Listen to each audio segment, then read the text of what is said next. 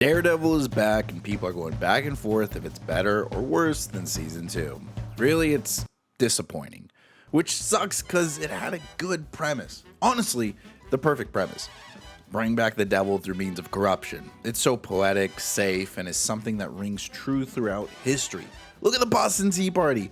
No taxation without representation. Matt attempts murder, loses faith in himself, and puts all his trust into what he knows works. Professional curiosity. What profession would that be? I'm a lawyer. At the same time, put the Kingpin in a place of ultimate power. In New York, have the people lose their agency as citizens. Have the Kingpin tear down the system Matt has faith in. And born is the devil to seek retribution. So what went wrong? Well, I just found out that the script and everything that was going on with the show had a bunch of reshoots. 3 episodes actually made to help fix the mediocre season. And let's look at some of the big moments in the show. The White Tiger case stands out to be a freaking awesome moment for Matt as a lawyer. I love how he sacrifices the identity of the White Tiger, pushes the boundaries of his relationships in court, and wins the case. There's a similarity that can be connected to who he is as a lawyer to how he acts as Daredevil.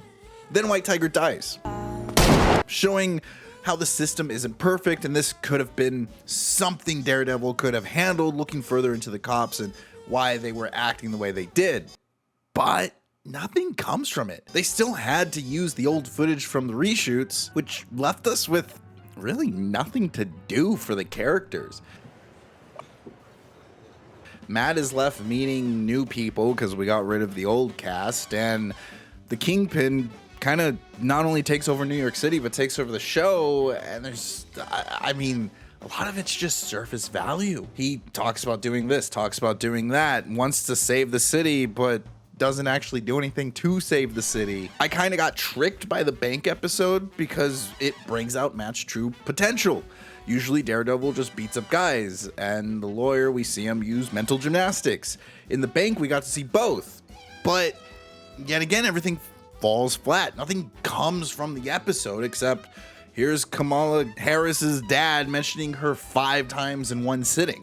Starting with Muse, things just get dumb. White Tiger's niece, daughter, I forget, goes to Matt to help flush out the murderer, which from her perspective, I can't fathom what she thinks a blind lawyer will do to find a murderer. Then there's the guy who stole a box of cereal and went to jail for it, and he has a rap sheet that says all the crimes he does, yet we're supposed to sympathize with him because his court dates got mixed up. How is a little girl telling a blind man to do something and a repeated criminal supposed to make Matt feel guilty enough to continue being Daredevil? Kingpin's character is all over the place between his wife being mayor and scheming. He never really did anything except create the police task force. And yes, the idea of empowering people while never holding them accountable is scary, yet it felt like an excuse to give Frank and Daredevil someone to fight.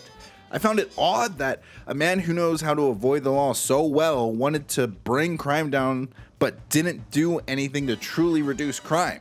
I just supposed he was lying to the audience as well. A mayor serves his city. Huh.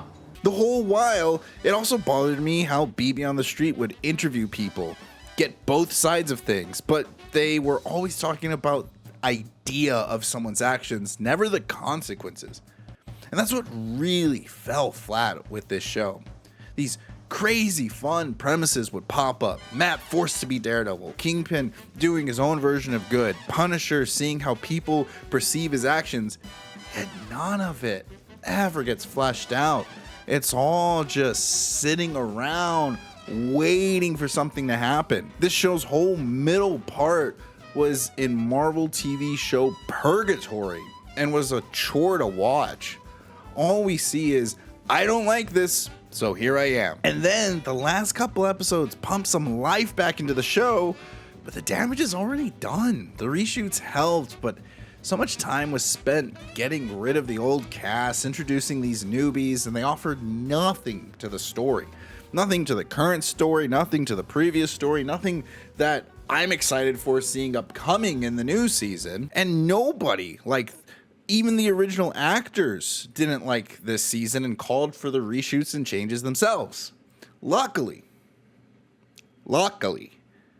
Season 2 is being ran by the writers who did those really good episodes, especially the first one that really tricked me into thinking this was going to be a good show. Until then, this season is a 5 out of 10. It has its moments, but stays boring. Until next time, guys, play nice. Hey, I'm Mario. I like playing video games, watching movies, and Dungeons and Dragons. If you keep getting me in your suggested videos, or you're watching this video right here, consider subscribing. It goes a long way. Thank you.